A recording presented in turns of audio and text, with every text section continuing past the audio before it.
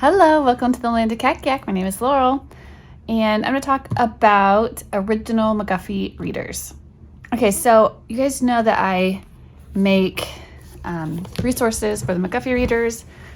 My main focus has been the revised readers because that is my preferred set, but I do own both sets. I have used the originals early on a little bit, just as supplementary reading and things to look at. Because people liked the resources I was making going with the revised editions, I did, by request, make some original notebooks and complements to the original set. The thing is that the originals are under copyright by Mont Media, so I'm limited in what resources I can make to go with them. They're not in the public domain like the revised sets are, where I can make copywork and I use all their word lists and reproduce all that stuff within my complimentary notebooks and things that I make to go with them. But I gave it my best shot with, under copyright laws, and just kind of, we have to make a more open-ended resource to go with something like, that's under copyright, right? I had made, I think, second notebooks for the second and third readers. Here's the second reader.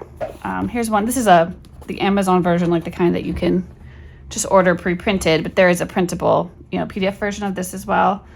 And, the idea was I always give a weekly schedule, and then, if there's something I feel like that needs to be explained, like I was talking about reading comprehension, just kind of stuff here that might be helpful, figurative language, things they start running into in the text. I did write up a plan, like a language arts plan with McGuffey's, the original McGuffey's at the core of it. And I'll link that in the description box with you, along with everything else I show you today. This would be the second reader, is the one I'd be wanting them to start practicing maybe original compositions by studying the reading passages as models, right? So we've got a page here to fill out for the reading passage. When you read it, copy the words from the passage and define them. Another chart to fill out for the reading passage, copywork page. And I always plan things roughly on a weekly schedule, but you can really pace your child however you want. Sentence stems, pick 3 from the following and then complete them. Copywork, or a 1 to 3 paragraph composition. Early on, when they start like the second reader, right, they may still be doing copywork while they're kind of catching up and getting these other pages, these other assignments, working on those and getting proficient at those. And when they're ready, you can start having them do their own, 1 paragraph, right? Then maybe 2, then 3. And then you get 2 pages for that. And then I gave a writing rubric to help you either grade it, or you can just use this kind of as a checklist for them to look for things for them to focus on in their writing. So that would be like 1 lesson's worth, all those pages, right? And then it just starts repeating for the next passage. So people were asking me to do the primer and the first reader resources. So that's what I'm trying to do here, is I'm working my way up to where this one started. Okay, so this is the pictorial primer. Let's start there. And it is, I believe this is 85. Is this the one that's 80? I think it's 85 lessons, but they're short. Yeah. And so today, what's new in my shop is companion notebooks for the primer and the first reader. And I also wanted to show you these telescoping binders I got. If you didn't have, you could use any 3-ring binder. If you have a binding machine, you can use a binding machine. I will be putting this into Amazon when I have time, so hopefully, I'm actually hoping to get everything uploaded today, and it usually takes a week or 2 for it to get approved, so that if you want to buy just like a printed version, you can. But what I liked about these telescoping binders, I talked about them in my last coil binding video I did, which I'll link for you below too, in case you like to bind your own stuff or you're thinking about it. I go over like the costs of the things I use and stuff like that. But I did buy these, and I just stuck I printed my cover on cardstock and stuck it in the front. And I could just put my pages in here. But what I like about it is it's telescoping, so it can lay really flat, right? Or as you get more and more pages, it expands. You can get quite a few. I think you can get like 200 sheets in here or something. I like this little folder thing in the front. And I do, with these companion notebooks, I do include this phonic chart. song charts. This is from the revised McGuffey reader, but the originals don't include diacritical marks on their words, on their vocab words. That's one of the reasons that I like the revised better, is it comes with the diacritical marks already given to you. But I think that that's really helpful when they're learning to read and especially to spell. So I do like to lay that foundation of diacritical marks right from the beginning with their reading. And then when we start doing spelling, that's already been built into their knowledge base, and it helps when I'm explaining like the rules and things for spelling words. But anyways, phonics chart is in here so people can see diacritical marks. And sometimes you look up diacritical marks in different places, and some people are doing them a little bit different. I don't think it really matters as long as you're being consistent with whatever you're using so you're not confusing them. To go with these, I also would recommend buying, I have printable flashcards for the originals. I think I have them for the primer, the first and the second reader, I believe. We like to play, we like to drill with these, or we like to play memory, like to print off 2 of each and play memory with them to warm up at the beginning of a lesson. And then since this is like so early days in your reading, I love the Mont Media has Phonics Made Plain flashcards. Sorry, they have the phonogram, and then they have sample words that show you how how it sounds. And if you want, sometimes I make notes on here with my diacritical marks too. They give you these little notes, like for CH, it says there's no way to determine which of the 3 sounds this phonogram will present in any given word. However, this phonogram most frequently represents its first sound. Ch. And you get this book, ABCs and all their tricks, and it'll tell you, if you have further questions, you can look up the page number to read up on that phonogram. So I highly advise these to be used as well as the lesson word, vocabulary flashcards. Okay, so to start the primer, they should already know their ABCs and the general sounds of all of the 26 letters, right? So the originals don't pull out the new phonograms. They are adding new phonograms, right, as they go. But like in the revised readers, they'll have them listed out. They'll have the vocabulary words, and then they'll have the phonograms listed out for you that are being introduced. And it just makes it so much easier, because it makes it much more open and go to just open up your book, say, oh, that's the, I need the, they're introducing CH today, so add that to my pile, right, to review. Also, Alpha Phonics has free phonogram flashcards, which are great. You can also just make your own, right, on index cards, but you have to look for them yourself if you want to explicitly teach phonics, and it'll make it easier if you know what the new phonogram is, but you have to look for it in the originals because it's not already. I kind of think if you had prep time to just go through and take a look at what looks like it's new. Like here, obviously they are focusing on short. It'd be like short I, short A, short O, and then they've got second sound of S. They got the Z, S. And then if you're like, well, how do I mark that? I don't know how to do the second sound of S. You can just write a 2 over it if you want to. And of course, the spelling rule is S can say its second sound at the end of the word, but it doesn't have to. And it only says its first sound at the beginning. Just in case you're curious. But let's say I wanted to know, how do I mark that? It's here on the second page. This is how they do it. Sounds like a Z, as an as. And they just make a little, what has it been for you? They just made like it's a little line and a straight underneath. Z. Of course, okay, if you want to just they've got the X, and they've got Y making the I sound. I believe that has a macron over it. Anyway, so those are the phonograms they're basically focusing on, right? They start out pretty basic. But like in the very next lesson, you get a long O. So you still have the Y is I, and now they've added by. E, you also have a long E in me. Oo, they have an O, it sounds like an oo. So anyways, if you have time, you might just go through and just look at what are the new sounds and make a note to yourself. Or you can do that right when you open up the book, right, as you open up their lesson, right?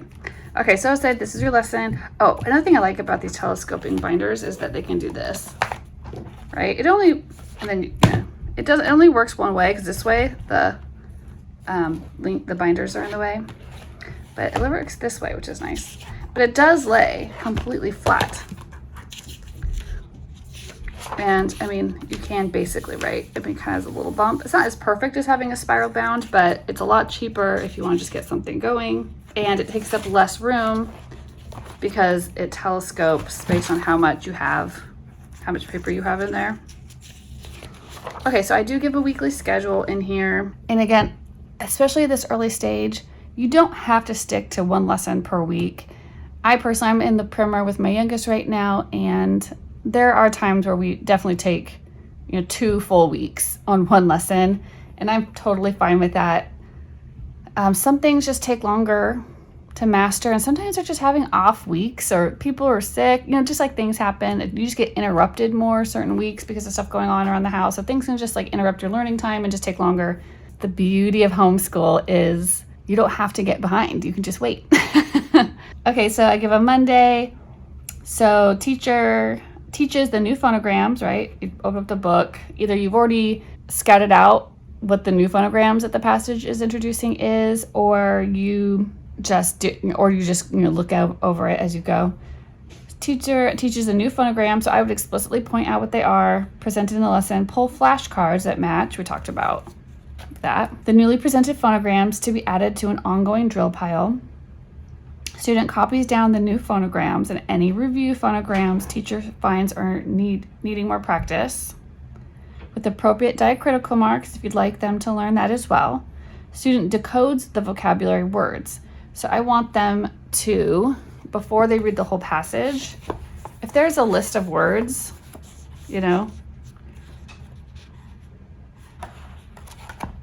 like that, I want them to try to decode on the word level before I have them read the whole passage, right? Like in this one, right away, I can see we've got an AY, phonogram, OR. We have a silent E making the U long. There's another AY. So yeah, another silent E, silent E, silent E. Ing, we've got an ING, ing, AR, ER. So you can see what I'm saying, how you can just easily, a Y sounding like E at the end. I can see they're obviously trying to teach them the floss rule here. Anyway, so I would want to go over those elements and just focus on the word level the first day. So that's decoding the vocabulary words. And then, so you've introduced the new phonogram, right? Maybe you've introduced, if you notice right away, there's a spelling rule that kind of jumps out at you. But this is the primer level. So it starts really simple, but this is 88 lessons. So this could easily take you through kindergarten, first grade, or even first into second grade. And look where it ends up, where they're reading a passage like this, right? Flu, new. Look at these. These are more advanced phonograms, right? They got the KN, the EW, soft C, the CH making its second sound, right? And then here's a 8-paragraph, roughly, reading passage. So teacher discusses word meanings with student. I think this is important.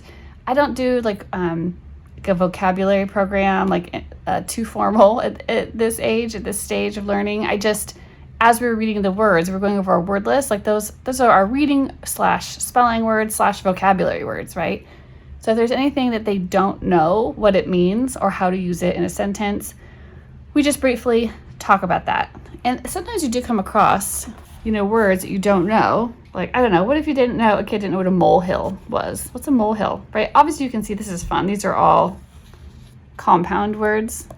So that's something else. Like if you hadn't taught them what a compound word is on this lesson, teach them what compound words are. Like, oh, it's mole and hill put together to make one word, molehill. It's a little hill, a little mound of dirt that this mole makes when it's digging in the ground and when it pops up. And then you can say, have you ever seen those in our backyard? Have you seen those? You know what an ant hill is, right? It's similar to a molehill. And it's just something simple. Use it in a sentence. I tripped in a molehill in the backyard and hurt my ankle or something, right? if there's time, I'd say on the first day, depending how long the word lists are, I mean, that could be enough just to go over the words as far as the reading and decoding and comprehension level at the word level. If there's time, because sometimes you have a kid that's just a little more advanced, like maybe you've waited to start this and you wanted to start the primer, but your kid's like 7, they probably already have quite a bit of knowledge under their belt, right? So some of this might not take very long, but if you're starting with like a kindergartner, it's probably I would just stick with the word level, right? In fact, I'd stay on the word level even if it took several days, just until you methodically get through everything. And you don't want to make the lessons like too long. Think about how long a 5, a 6-year-old can sustain mental focus. So, but if there's time, if you have a more advanced student, you can have them go ahead and read the passage if they want, reading it aloud. At this stage, I am really promoting always reading aloud, like every day, especially when they're young and you catch a lot of speech issues through reading, and it really allows you to, the passages are short, so it doesn't take that long. But I just really value reading aloud, having the kids read to me. And then, I don't know if I wrote it in here, but a lot of times I will read it back to them afterwards so they can hear me and how I pronounce all the words and my cadence and like how it sounds when I stop briefly on a comma or a period. So I'm giving, just like how we like to give them handwriting models, right? When they're learning how to form their letters and stuff, give them an audio model of how reading sounds. Right, and then, so let's say they just got through the words or whatever, then student copies the vocabulary words and have a teacher check penmanship. So this is what my page looks like for that day. And I just read the reading passage blank, so that, yeah, if you are repeating, sometimes you might go through all the exercises and be like, the kid still isn't like very fluent. I think in like the primer, they don't have to read like super beautifully and perfectly, as long as they're able to decode in a reasonable amount of time. Like, it's not so slow and choppy that they're like are losing continuity in their thought process, so that they don't know what the passage is about at the end or the sentence because it took them so long to get through it, you know. But as long as they can read it, they can decode it and read it, and they can tell you back what happened or answer questions about it, then they understood it. Then that's how I check for that they've mastered that lesson and can go on. But I did leave these blank just in case you wanted to go. So you might go through this do this whole week plan like 2 times, right? But here's new and review phonograms. So let's say those first days, right, we were teaching them and you can write it and then have them write it next to you, right? Like short A, short O, short I, right? And then maybe they come along and they try to do it, right? You can have them do the diacritical marks, the breve, vocabulary words. So again, it kind of depends on how many there are. If you want, there's like a couple ways I can see this page being used. Let's look at this one over here. Some of them in the original McGuffey readers have the longest word lists. And I just said, in those cases, if there's a case where there's more words than spaces, then I would just have them practice writing the ones that they had trouble with. There's a couple ways you could do this. You could take a highlighter, try to get a lighter colored one so it doesn't show through. I'll link, these are my favorite highlighters, and I'll link them for you too, but because they have a fine tip and a flathead tip, which I love. So you could have them trace after you. Let's say you have the word, let's say it's like if, let, right? These are CV and CVC words in here. Pig, okay, let's say. You could have them do the diacritical. These are all short vowels in here. And they could trace it, right? Let's say they came in and they traced it, and then they could write it on their own if you want them to, right? Trace and write. Trace, write. And then you're going to come back and you're going to check for spacing, letter formation, diacritical marks, make sure that they wrote they didn't flip a D into a B or stuff like that. And just depending on how you have space, maybe like later on in the book, you could also use a line for dictation, right? You could have them cover it and then you could dictate the words and have them write it and they could check their work. You could also do something where you say change. If this is how you spell if, I don't know, see if they can spell lift. I don't know. I know it's not the FT blend. I'm trying to, you could see if they can synthesize what they know. This is how you spell let, but if we change the ul to b Or how do you think we spell, what word do you get? Trying to get them to write bet, right? Pig, what if you change the p to w? What do you get? Wig. Or what if you change the I to a? What do you get? Pag. Whatever, right? And then, okay, what diacritical marks do you think that this is going to use? Is this short E or long E, right? Short I, long I, short A, long A. So I can just see lots of ways that you could use this sheet and customize it to your child's level or what they're doing, right? Okay, so copy work. The next day, so get your words, get them. Let's say this was lesson, I just write lesson like 1, something like that. And of course the date. Okay, so for Tuesday, review the phonogram flashcards. So you have, say you'll be making a bigger and bigger pile, right, as you introduce new ones with each lesson. And the idea is just to review them every day. You may choose to, I know in the past I've said, teach them all the sounds that it makes. But sometimes I think, I don't know, now I feel like I'm on the fence here because that was what I think that was the advice from Alpha Phonics. But I don't know, sometimes I think it's okay also if you want to just build up to it. Like if you're just reading CH as ch, just have them say, it says ch, until you get to a new word where it makes its second sound like in school, and now it's saying k. So here is another sound that CH can stand for. It can also stand for k, like in school, right? So first sound, so ch, k. So I think I think it's fine to do it either way. But so in the morning, you're gonna warm up, have them say they've learned 2 sounds for it now, right? So when they see this one, they would say k, ch. If that's right, over here. Double E always says E. AY says, what if they said it says Y? Instead of saying it says A, put it in the practice more pile. And you can kind of come up with your own system for how, you do this. But let's say you've learned A, O, and Oo so far for O, right? Let's say they missed one, so let's practice more. And you'll come up with your own system probably for what ones you want to focus on. But like maybe, on a Tuesday, you make a right pile, wrong pile, and just go over the ones that they missed, like in their wrong pile for the rest of the week. And that's what's going to be part of the warm up so that they don't have to do the whole entire pile every single day, unless you want them to. But then every Monday, I might come back. I might combine it. I might mix it into the overall list of everything they've covered and have them go the whole list again on Monday. Then Tuesday, you make the right pile, wrong pile, right? If you just part of reading, I feel like our reading success in our homeschool has been just to be really consistent and systematic and explicit. I feel like those are all like little buzzwords, right? But you know what I mean. Like they're buzzwords because they do convey what we're doing. We're consistently, I want to do reading at least 5 days a week. And I try to sneak it in on a weekend too by like changing books, like not having my McGuffey reader, but having my youngest read something else, like that's a lower level decodable text, something that's easy for him, not on the instructional level, but something a little easier, so it doesn't feel like work, but he's still reading. And I've talked about, I'll try to find I think I made a video on that about some books that we've recently bought and added that are easier for him to read on his own. And then I really want to cultivate the reading habit, right? And to have them feel confident in their reading abilities, not feel like, oh, reading's hard, and so they don't want to do it. Okay, so the second day, we're going to review our flashcards. You're going to have your lessons. This is when I bring out the lessons, vocabulary word flashcards that you went over in the first introductory lesson. And you can drill it. You can do right pile, wrong pile. You can drill these.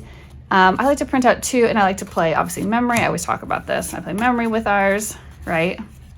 That's like a more fun way. So they have to get it right, to get it, they have to, what did I put here? It's over here. They have to match it and they have to read it correctly. So if they said her, I'd say, nope, that's not right. I'd give them another chance I'm like, oh, there's that silent E. What's it doing to this vowel? Oh, yep, it's making it long. So it's saying here, right? So give them the chance to work it out. I also play Go Fish just with making pairs with these too. When we get to longer, where I can combine several lessons worth and have like a nice review. Like when you get to review lesson, it's nice to play Go Fish and just combine all the words and have a big pile. So you've reviewed your phonogram flashcards. You've warmed up with your words in isolation. Then you're going to read they're going to read their passage in entirety to you. We want to check their comprehension here. So the student tells back what happened in the passage, right? Or you may ask them to read it again more smoothly if they're still struggling to decode the passage. I'd do one or the other. If they're struggling to decode it, don't ask them to tell it back to you, right? Wait till they can read it smoothly or fairly smoothly through. Point out any new punctuation and ask them what it is and why it's there. So you can hold off on this component until you feel your student is ready. So I do like to say this is a period, right? Fairly soon after a few lessons. I do like to say, do you know what this little dot is? This is a period. This means it's the end of this thought. Sentences are thoughts. This is the end of the thought. And when you read it, there's a little tiny pause, right? And I would just demonstrate that for them. Just keep it in. But yeah, if you can wait, you can push off talking about that stuff for a while until you feel like they're ready. Finish with 1 to 4 lines of copy work. I said start with 1 and increase over time with increased student capability. Teacher checks for spacing, writing on the line, letter formation, capitalization, and punctuation. It depends. Again, this is going to depend how many lines. This is going to depend on like what stage your child is when you start them on this. But here are the copy work lines. I think that there's 8 on here. 10. So again, with 1 to 4 lines, they're doing theirs by line like this. Let's do this lesson. This is lesson 13. So if you want to, you can give them your own handwriting model, Ned, comma. At this stage, I don't really tell them a whole lot about the function of a comma, just that when you see it there's a tiny like half pause. Ned, can you hop? I tell them later more in depth about commas, but can you hop? Right, so I give them a handwriting model, and then I always start out with them just tracing in this level, but I do move on eventually to they could trace, and then I have them leave a line open. You can skip lines and then see if they can do it on their own. Ned, comma, either just tracing or trace independent or just independent. As they get older, they'll just be able to, yes, I can hop. And then you go back and you check it. I've talked about this in other videos, but I'll do it again here. I do like to do the 2-color method where 1 color is corrections, 1 color is affirmations. So what if I was like, oh, good job on capitalizing, good. And I'd be like, yep, got that one. That's exactly right. That's exactly right. Good job. But what if I thought this was too much of a space? Then I might just say, let's move this just a little bit closer together. That's kind of too big of a space. Oh, good. Yes, your C looks nice. Yes, good, good. I may even give them like a star for writing the correct letter, but I might say, make sure you don't go under the line, right? So anyways, it's the 2-color method. So they're not just only seeing negative and they just feel overwhelmed with the negative feedback. So they've got phonograms, right? They're getting phonics in, maybe some spelling patterns, right? If you see them like floss, VC, CVC, and silent E are like the big ones at this level that I want them to really be aware of. Wednesday, review the phonogram flashcards. Again, right, whatever their practice more pile was. Review their words, their drill, play memory, right? And have student read the passage again. Discuss any interesting morals or elements. So I would just, whatever is, most of these have like some kind of moral lesson, but sometimes they're just telling you something, like maybe they're just telling you about animals or something like this.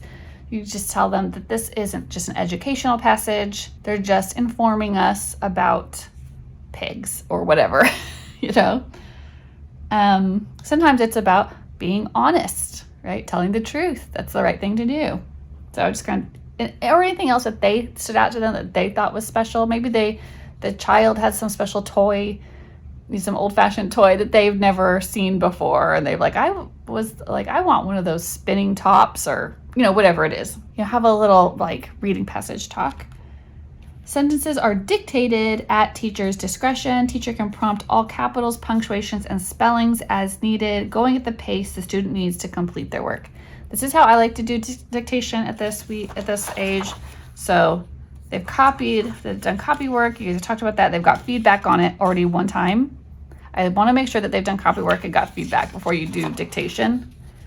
So dictation, I'm just going to read to them, but I'm going to go really slow. Let's say we did this one. I'm going to read it first like this. A fan for Anne. A, capital, because it's the beginning of a sentence. Fan. And if you want to, you can say have them sound it out themselves. So they'll be going a fan for. And how do we spell or? O-R. Anne. Capital A, it's a name. And you might go, oh, it's Anne. It's actually spelled with 2 N's. And it ends with a period. A fan, and then I read it again. A fan for Anne. Yes. You can even have them read it back to you. They might go, a fan for Anne. And just check that they haven't missed any words or anything. Next one, can you fan me? Can. See if did you capitalize your C for the beginning of a sentence? Good. Can. All right, so you go through word by word, have them sound it out, correct them. I correct right away. If they misspell, make them change it right away. Me, and how do you think that this question, how do you end a question? What punctuation? Yes, a question mark. Okay, so that's how I do dictation. We just go nice and easy. I read them the whole sentence, then I go word by word, and I do cue, right, for capitalizing. I do let them try to sound it out if they can, but if they get it wrong, we right away correct it, or I help them coach it through. If they're like, I don't know how to spell this word, we'll sound it out together and see if we can come up with the components. It shouldn't be any spelling. There shouldn't be any phonics components they haven't already seen, right? Because you've been using your phonogram flashcards. You've been explicitly teaching them those components, right? Then you can come back and then you can check it again with your 2-color method. And if anything is ever like too sloppy, there should be room, like, right? You can always have room to have them rewrite it. Okay, so dictation on that day. So they've read it. Dictation. Then honestly, it's the first day that usually takes the longest. It's the word level that takes us the longest day. And you can pick how many sentences for dictation that you feel is right for your child. So Thursday, review your phonogram flashcards, right? Review those again. And if you want to, you can even kind of record. You can keep track of how many they're getting right and how many they're getting wrong. Review the phonogram flashcards and your lesson words again. Finish with 1 to 4 lines of copy work. Right. So they do their phonogram flashcards, their lesson words. They read the passage again. Finish with 1 to 4 lines of copy work. This is like just a review day, right? So they're gonna do their copy work over here. Let's see how far we're getting in the back of the book. Let's do one of these later lessons. So as they go on, they go from just lines that are lined up to the left to moving into paragraph form, right? So you're gonna wanna make sure that they're checking, if you're doing one of these, that they're indenting and stuff like that, right? So say they're gonna do, and I will say, I think I do cue you in the book that about halfway through to bump up from 1 to 4 lines, like you're working your way up to 4 lines, but then it says 5 lines plus, right? 5 lines and up. The goal is to get to 1 page of copy work by the end of the book. Let's see this one. So we'd indent, say, I once bombed. Okay, all right. So for me, 1 page is enough of copy work, right? And then, of course, we've got our 2-color method, right? So if I was like, oh, yep, And at this age, I literally check for every single letter. So they get a lot of stars. Say, oh yeah, that is a K, but make sure that it comes all the way down to the line. New, good. Boy, good, good, good. And I even say, oh good, I should say, good job on the indent. Good job on the space. Capital, good, good. All right, so I would go through that process with them. And then this is a good way, when you do the 2-color method, you'll see things will jump out on you, like if they're having trouble writing on the line or having trouble with spacing or having their number or their letter, certain letters, it's really helpful to diagnose what they need extra practice on, like, and give them a goal. So maybe like on the next day's page, you write a goal to write on the line, right? I would just focus on one at a time, space evenly. Don't forget to indent. Like, I like to give them goals based on what we see in their copy work on this day for the next week. Like, this is your goal this week, that, you know, we don't see this mistake again. The most fun day is the very last day, the illustrate and label day. What did I write? I said, Friday, review your phonogram flashcards again, lesson words, right? Have the student read the passage again, right? They should be getting pretty good at reading this passage. Finish with drawing a scene from the passage and having the student label it using lesson words or write a descriptive sentence from the passage as an explanation of the illustration.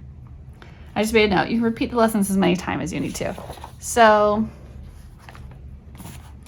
what's fun, so let's say it says about the moon. Let's say this one. Lesson 21, about the moon. The moon is very large. See how red it is. It looks like blood. The moon is round now because it is full moon. So what if they did, obviously they take their time, a full moon, right? Or they give it some like little craters. Maybe they look up a picture of the moon. A lot of these have, this one doesn't have pictures, but a lot of them have pictures they can look at for reference, right? Which I love. Let's say they color that, the moon, right? They may even, right, label it full moon. Right, it's like a title. I'd like them to maybe pick something, like where did they get the idea for this picture, and have them copy that sentence. If you think they're ready to write their own, if for some reason you thought they could write their own sentences, go ahead. I don't require that at this age. I'm not pushing for that, because at this level, at this developmental stage, my goals are decoding, handwriting, and comprehension mostly. Those are my 3 focuses. So they write this one. The moon is very large. See how red it is. It looks like blood. And then you can come check that for them. Okay. So that is my primer level. So you are increasing, right, the number of lines, how much punctuation you're pointing out, right, kind of grammar elements like capitalization. Very simply, there's a phonic chart. If you want to start teaching the diacritical marks, you can. Let me show you what I made for the first reader. So after that, this is very, very similar. First reader. Oh, sorry. Oops. I think I did grab the first reader on that one. I'm always doing that. Oops, I'm mixing them up. But same idea. Again, I would just put that phonic chart in here. Keep it handy. Here's the weekly schedule. It's very, very similar. This won't take me as long as to go through. I'm just going to point out the differences between my primer level and my first reader level. I still would be, some people start on the first reader and not the primer, so too. Yeah, so some people will start with this one, and if you notice, because they've already done some other foundational phonics, maybe they have alpha phonics, maybe they've done Teach Your Child to Read in 100 Easy Lessons, or something else, and they're switching over to McGuffey, so they didn't start from the primer. So this one has, I believe, 45 lessons in it, but I would still, it starts out more simply, right? So you can see there's like a review period where these are very short, simple lessons at the beginning, but it catches up. It goes faster, right? Then it jumps up to paragraphs pretty quickly. And you start seeing the vocab lessons at the end here. That's where they are. They start giving titles to the lessons. So I do like the first reader better than I like the original primer. See, but this is like a really long list. Okay, so what's different about the companion notebook that goes with the first reader? So I'm still saying I would still recommend, there are a lot of phonograms to go through in our language. So there's like 70 something. So they haven't all been covered in the primer. So you'll still be learning more advanced phonograms. So I'd still be pulling them and doing that method of sorting where like on Monday, you do the whole pile, right? Take some time to do the whole pile. Because sometimes they like one that they had previously, you had put in the mastered pile, they like struggle with it again. They haven't seen it in a while. Stick it back in. When they miss it, stick it back in. The practice more pile, right? Make that right pile, wrong pile, sort. Oh, sorry, on Tuesday. Monday, we're pulling up new phonograms and teaching them with the new word list. If there's anything that you notice that's popping up, even like review ones, like they're kind of like in the word list that they're struggling with, that phonogram, stick it in the review column with the new ones.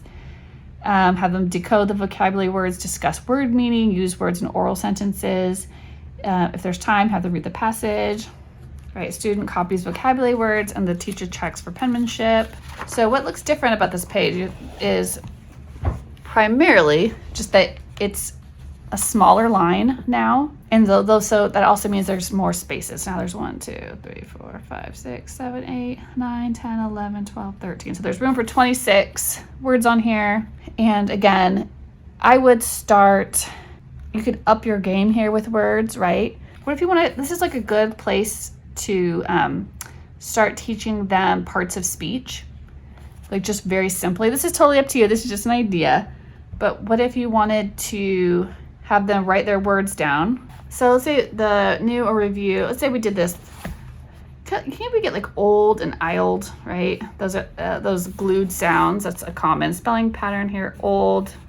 And then we got, say the word that went with that was cold. We got, I see a U-E in here. Sounds like ooh. See, we've got that in cruel, and we got it in bluebird.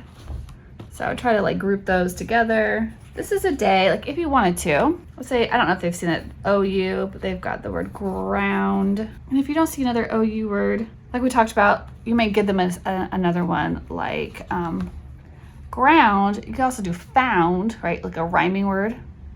Or you could do about, also says ow, right? It's up to you how you want to practice. But this is what I like to do, and I'm always using highlighters, and my kids love highlighters. It's so nice to add just a little bit of color. Let's say I'm doing the old, right? And here it is in the word old. Let's say I gave them another one, like the word told.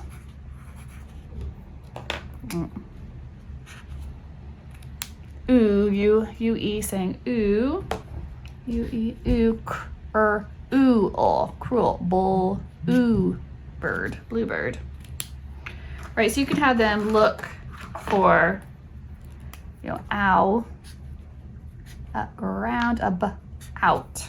You might write them in order like that, or you might like put those, you might put the words all out of order and then have them search, right? So they're actually, it might take them a little longer. Another thing that I like to do around this level is to teach them parts of speech just really simply. And we make a little key maybe at the bottom, like noun, verb, adjective. And again, you could use colored pencils or colored pens or highlighters, but I like to give myself a little color code, and then you can start teaching them the parts of speech. Like cold, that's his hands were cold. He had cold hands. Of course, you got to tell them, you got to give them the definition of those. So it's a word, it's describing the hands, so it's an adjective, right? Told. I told a funny joke. Something you did, it's an action, it's a verb. So you can do it on that day, right? I think it's helpful just to do it as you're explaining the meaning of the words and using them in oral sentences. Like I was suggesting, just something you can do. You don't absolutely have to do this. I just know that I see in my RC, my Robinson Curriculum group, there's always a lot of discussion around grammar. This is how I do it. I do it with my McGuffies. I think of our vocabulary words, our reading words within the McGuffey readers as you can do so much more. You have a list of words. Like, what can you do with that list of words? You're already using that list for your handwriting and your decoding. We can also start layering in grammar, right? Like with parts of speech is really simple. And it takes a really long time. I feel like it takes a really long time. Like, it's probably gonna take the entire first reader to get really good at spotting the parts of speech. So just enjoy it, just take time. I do have a fun little sentence building, like spin and write game that's in my shop too. I'll link that down below, because sometimes we would collect up these words and parts of speech, categorize them, and then make sentences. And you can make silly sentences with them, right? Okay, copy work, again, it's the same thing. It's just, I left it blank here because I'll just let you determine, like for the second day.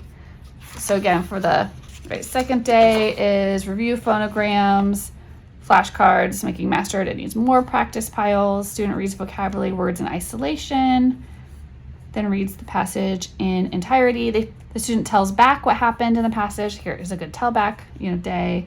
Or you may ask them to read it again more smoothly, right? Point out any new punctuation and ask them what it is and why it's there. You can hold off, right? I think this is a good day. This is your big teaching day. So you're going to teach, right, phonics, and you're going to teach maybe parts of speech, right? And then this would be a good day to teach punctuation, since they're seeing it.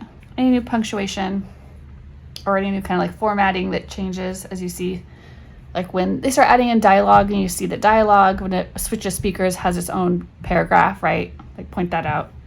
You can tell it's switching speakers when even if they don't tell you, if it's a new paragraph, it's a new speaker. Okay, Wednesday.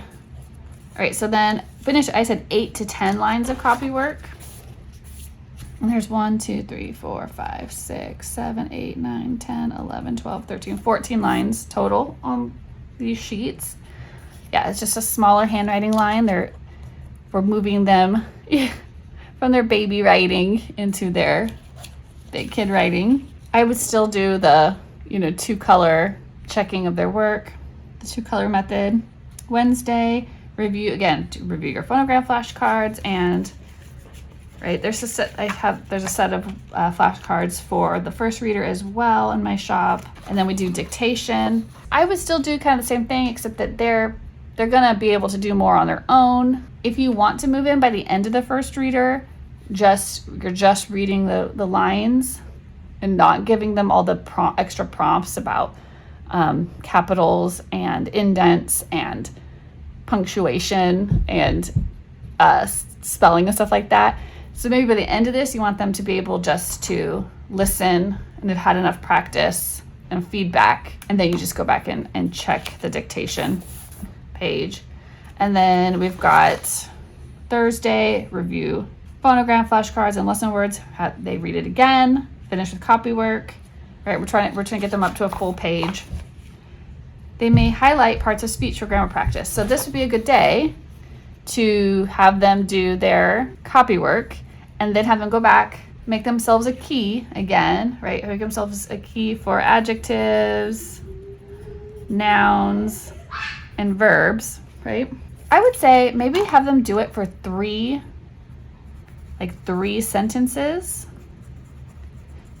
You can have them do the whole entire thing if they want to, but I might just pick 3 sentences and have them categorize, find the adjective, noun, and verbs in those sentences, and kind of point out, they can start seeing like what noun is that adjective describing, and maybe have them do like a little arrow over to it or something. Like if the sentence was, I don't know, right? The lazy cat yawned sleepily. So you always start with finding the noun is the easiest thing to find. Where's the person, place, or thing? It's the cat. Are there any words that describe the cat? Yeah, the lazy cat. Right? And they might do a lazy describes the cat. What did the lazy cat do? They yawned. That's a verb. And we haven't gone over adverbs yet, so, or articles, so I wouldn't worry about that, but just get the main ones. If they ask, if they think sleepily is an adjective, because it's, if you think they're ready, you can say that's actually, it is a describing word, but it's describing the, it's describing the verb. So, I mean, if you wanted to, I'm never against if they're ready for it. That's actually an adverb. So add. I always told the kids add. They both have add at the beginning of them, adjective and adverb. It's because we're adding information about either nouns or verbs typically. But you can see that's actually an adverb, and it's describing the yawning. So you can do that if you want to. Totally optional. You don't have to do it. I think you can hold off on grammar. I just personally like to start building it in. I don't think it takes that long. Even if you just did one sentence, maybe not three, right? But just so that they're trying to get the understanding about how words how they relate to each other. And it'll help them when they're expected to start writing their own words, right? And then of course, the last day is it's the same as the other one. It's the illustrate and label. Again, the only big difference is the handwriting lines are smaller, so there's room for one more line, right? They're gonna always be reviewing their practice more pile, reviewing their words in isolation, read the passage, illustrate the passage, and they can label it, title it, right? I don't care if they want to do like labels, like if there's a cat, and they write the cat, and they label that, and they write, yawn, and they point to the cat's mouth being open, or whatever, right? All right, and that was the first reader. Okay, so you've set them up with quite a bit of phonics, reading comprehension, right? Checks and practices. You may have worked in some grammar. You may have talked about spelling patterns that you saw in your words, parts of speech, punctuation. You've been like kind of gently going over that stuff. And that's setting you guys up for the second reader, where we're gonna bump it up quite a bit. And remember, these books are typically not one grade level. These are spanning, it could be a year, but it could be 2 years, right? It could be even 3 years, depending on what your homeschool schedule is like. So there's a lot of growth within these companion notebooks. You can take it from very simple and just gently just add in language arts components as you go. By the time you get to the second reader, my estimate for the second reader is 3rd to 4th grade. So they should be pretty proficient decoders at this point, right? Their handwriting's pretty good at this point, right? The phonograms, right? Those should be pretty well understood by the time you get here. I mean, there might be some higher level ones popping up here and there, just kind of like as they go, you guys can point them out. But we are going to, I don't know, you might want to do something in between. I have my, I kind of feel like between like the first and second readers, I forgot to mention like spelling. I personally do the McGuffey spelling program alongside the McGuffey readers, and I just kind of let the spelling be separate from the reading, because I just think spelling in itself, it takes a lot of practice, and it's just a slower process to be accurate with your spelling than it is to be with your reading. So anyways, I'd have a spelling program based off of the spelling book, McGuffey's Eclectic Spelling Book, the revised edition, that we just do separately. And I will say that it has, like the first and second one has, you get like your word list, and one of the activities is to fill in the word, right? And you can, if you're doing something like this, you also can be teaching them the part of speech that the word is, right, within these sentences. So if you're doing something like this, I would say you don't have to do the same thing in the reader, right? But after, I think when it gets to the level 3 of my McGuffey spelling, they're writing their own sentences. So before you start having your kids write your own sentences, I would do some kind of like intermediate thing. I have this sentence scaffolds practice that I created. I just use it in one of these dry erase envelopes, but it takes them through like statements and you're kind of getting the vocabulary of grammar. There's a little sentence checklist. There's quite the transition between copying sentence to writing your own. So I do think it's helpful to have some kind of transitory, some kind of transition scaffolding to get you through that. So I wanted them to have, so they start with a model sentence and then they start filling it in more and more until they write the whole thing out themselves. And then I wanted them to have a sentence checklist because we really want them to get in the habit of being self-editors, right? Checking their own work, especially as homeschoolers. We need the kids to move in an independent direction. So they're going to start with, did you start with a capital? Did you space your words? Did you spell words correctly? Did you use punctuation at the end? Read your sentence aloud. Does it make sense? Because sometimes they just when they read it aloud, it helps them detect that they have missed a word or wrote it wrong or misspelled it, if they're actually being careful to sound out their own words. Anyway, so I like this resource. It really helps. I think it's nice to maybe use this in between the first reader and the second reader. Just take some time to practice. And I don't really care that they know all of the exact terminology, but get them in the practice of checking their work. And it helps you though too. I feel like whenever you have your kids do stuff, it helps teach you the names of the parts of speech and the types of sentences. It's just kind of like a nice review for mom, which helps us as we're doing our own research and stuff. The things make more sense to us.